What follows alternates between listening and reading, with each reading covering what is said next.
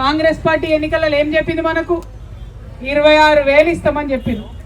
అంటే నిజానికి ఏంటంటే పాపము కాంగ్రెస్ వాళ్ళు అధికారంలోకి వస్తాం అనుకోలే, వాళ్ళు ఏది పడితే అది చెప్దాం ఇప్పటికైతే, తర్వాత సంగతి తర్వాత చూద్దాం అనుకున్నారు.